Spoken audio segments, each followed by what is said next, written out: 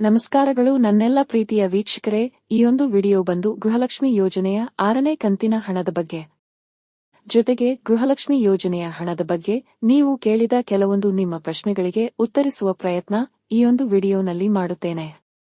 ಮಾನ್ಯ ಪ್ರೇಕ್ಷಕರೇ, ಗೃಹಲಕ್ಷ್ಮಿ ಯೋಜನೆಯ 6ನೇ ಕಂತಿನ ಹಣಕ್ಕೆ ಸಂಬಂಧಿಸಿದಂತೆ ಅಧಿಕಾರಿಗಳಿಂದ ಸಿಕ್ಕಿದ ಮಾಹಿತಿ ಪ್ರಕಾರ ಇವತ್ತು ಮತ್ತು ನಾಳೆಯೊಳಗೆ 6ನೇ ಕಂತಿನ ಹಣವು ಈ ಜಿಲ್ಲೆಗಳಿಗೆ ಅಂದ್ರೆ ದಕ್ಷಿಣ ಕನ್ನಡ, ದಾವಣಗೆರೆ, ಬೆಂಗಳೂರು, ಮೈಸೂರು, ಕೊಡಗು, ಹಾಸನ, ಕೋಲಾರ, ರಾಮನಗರ, ಉಡುಪಿ, ಮಂಡ್ಯ ಮತ್ತು ಚಿಕ್ಕಮಗಳೂರು ಜಿಲ್ಲೆಗಳಿಗೆ ಜಮೆಯಾಗುತ್ತದೆ.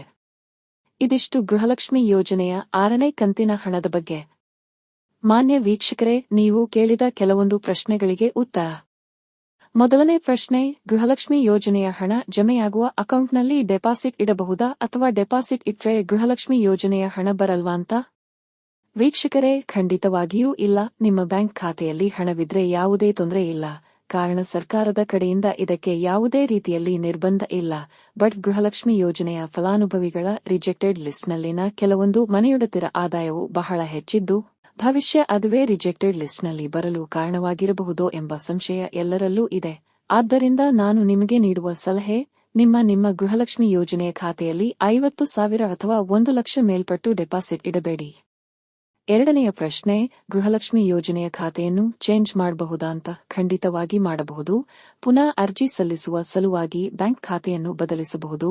ಬಟ್ ಅಪ್ಡೇಟ್ ಮಾಡುವ ಬ್ಯಾಂಕ್ ಖಾತೆಯು ಮನೆಯೊಡತಿಯದಾಗಿರಬೇಕು. ಮೂರನೆಯ ಪ್ರಶ್ನೆ, 7ನೇ ಕಂತಿನ ಹಣ ಯಾವಾಗ ಬರುತ್ತೆ? ಇನ್ನೂ ಸಹ 6ನೇ ಕಂತಿನ ಹಣ ಜಮೆಯಾಗಲು ಬ್ಯಾಲೆನ್ಸ್ ಇದ್ದು ಈಗಾಗಲೇ ಮಾನ್ಯ ಸಚಿವೆ ಲಕ್ಷ್ಮೀ ಹೆಬ್ಬಾಳ್ಕರ್ ಮೇಡಂ ಅವರು ಗೃಹಲಕ್ಷ್ಮಿ ಯೋಜನೆಯ 6ನೇ ಕಂತಿನ ಹಣದ ಜೊತೆಗೆ ಪೆಂಡಿಂಗ್ ಇರುವ ಕೆಲ ಫಲಾನುಭವಿಗಳ ಹಿಂದಿನ ಕಂತಿನ ಹಣವನ್ನೆಲ್ಲ ಈ ಶಿವರಾತ್ರಿ ಹಬ್ಬದ ಮೊದಲೇ ಜಮೆ ಮಾಡಲಾಗುವುದು ಎಂದು ಹೇಳಿದ್ದು. ಇದರ ನಂತರ 3-4 ವಾರಗಳ ನಂತರ 7ನೇ ಕಂತಿನ ಹಣವು ಜಮೆಯಾಗಬಹುದು. ಬಟ್ ಕೂಲಾಗಿರಿ, 7ನೇ ಕಂತಿನ ಜೊತೆಗೆ ಮುಂದೆ ಏನೇ ಅಪ್ಡೇಟ್ ಇದ್ರೆ ಅದರ ಬಗ್ಗೆ ಸಂಪೂರ್ಣವಾದ ಮಾಹಿತಿಯನ್ನು ಈ ಚಾನೆಲ್ ಮುಖಾಂತರ ನಾನು ನಿಮಗೆ ನೀಡುವೆ.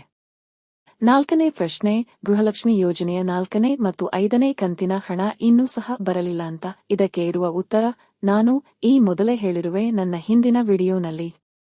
ಆದರೂ ಸಹ ಪುನಃ ಹೇಳ್ತೀನಿ, ಯಾರಿಗೆಲ್ಲ 4 ಅಥವಾ 5ನೇ ಕಂತಿನ ಹಣ ಇನ್ನೂ ಸಹ ಬರಲಿಲ್ಲವೋ ನೀವು ನಿಮ್ಮ ಬ್ಯಾಂಕ್ ಖಾತೆಗಳಿಗೆ NPCI ಸೀಡಿಂಗ್ ಮಾಡಿಸಿಕೊಳ್ಳಿ.